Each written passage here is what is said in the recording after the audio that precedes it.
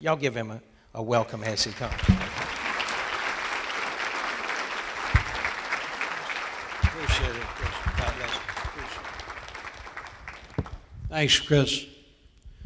Pleasure to be here tonight.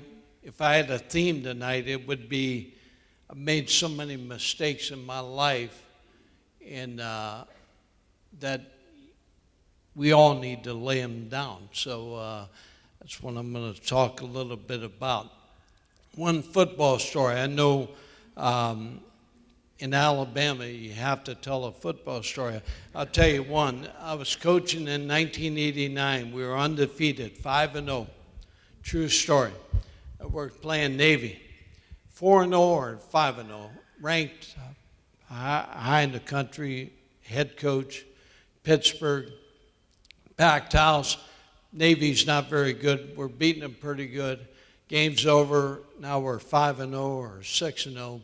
I'm walking home 2 blocks away, my home, and I looked up in the sky and I thought to myself, I said, Lord, get me out of here, because things weren't going well. Even though we're undefeated, we had a kind of a fight going on inside the athletic department and the school. And I said, Lord, get me out of here. I need to leave here. I got fired about 3 months later. It took me a long time to figure it out, though, but Joe Garlington, who's a pastor, I heard him speak 5 years ago, and Joe Garlington said this. I'm sitting out there taking notes, and he said, nothing happens in God's kingdom till something's spoken.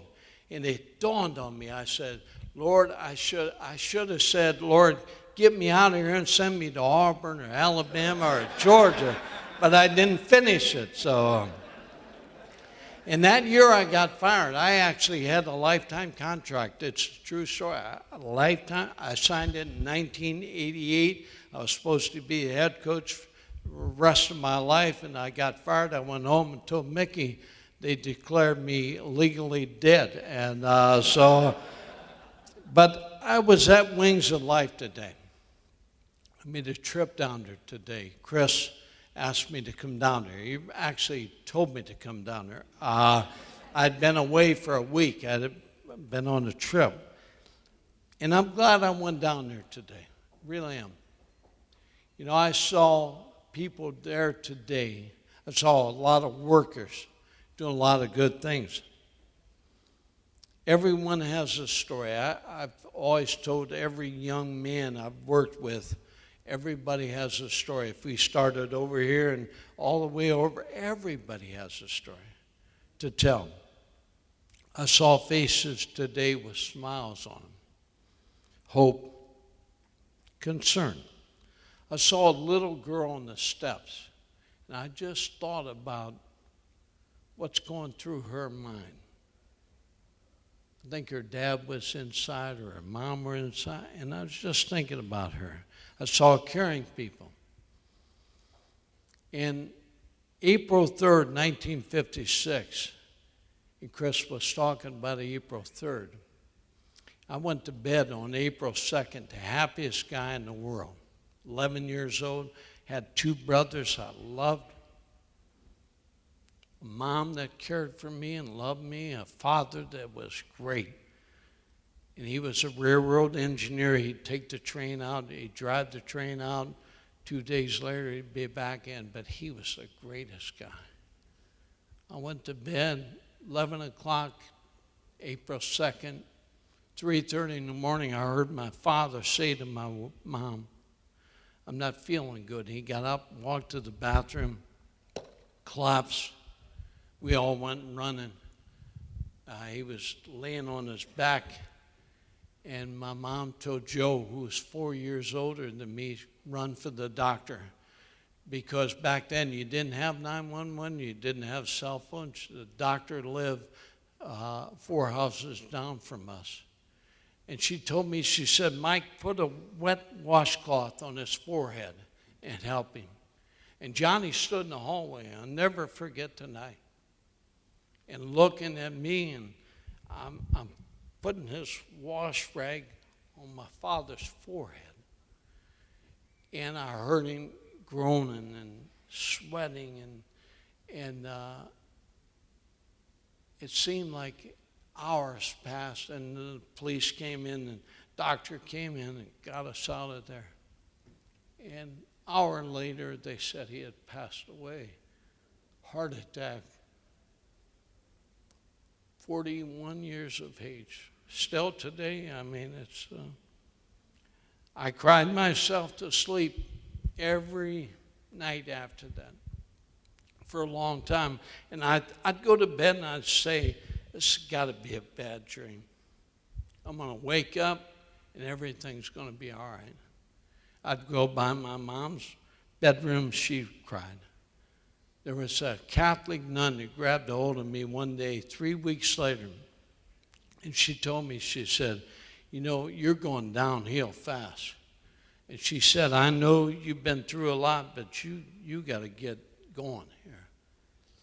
And she said, there's a Bible verse, Jeremiah 29:11, for I know the plans I have for you, says the Lord, plans to prosper you and not to harm you, plans to give you a hope in the future. And she said, I'm going to tell you something. She said, I don't know if it's going to be 5 years or 10 years, 20 years, more. She said, but the Lord's going to change what happened tonight, what happened that night of April 3rd morning for good. Now, I couldn't ever say that was going to happen. Here I am 50 years later working with young boys just like myself. So it did happen. But here's the interesting thing. People walked into my life and Joe's life and Johnny's life and helped our family. And that's what I saw today. Help. You know, we all separated for a long time, and my mom got us back together. And I look out in this audience, and I see a lot of the same people I see at a lot of events just like this, caring people. You're here tonight because you care about people. You care about Wings of Life. You care. This man has a passion. Ben has a passion.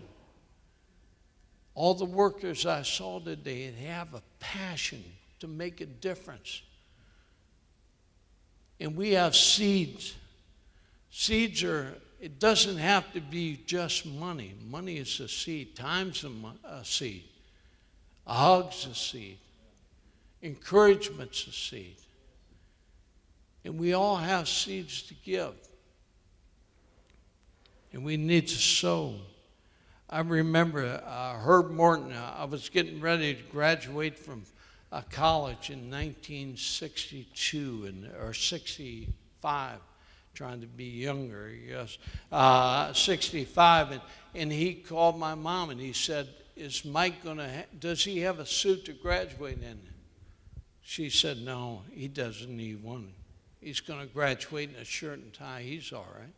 He said, no, I want to. So he sent me $100 in a check, and he said, buy a suit.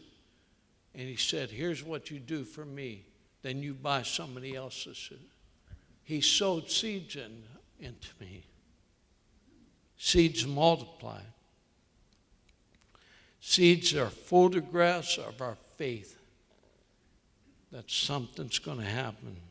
You know,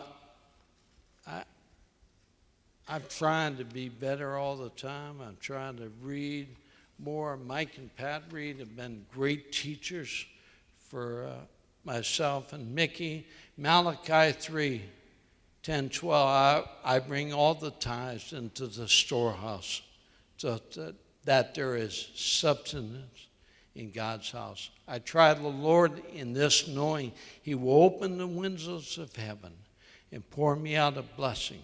I don't have room enough to contain. I see that all the time.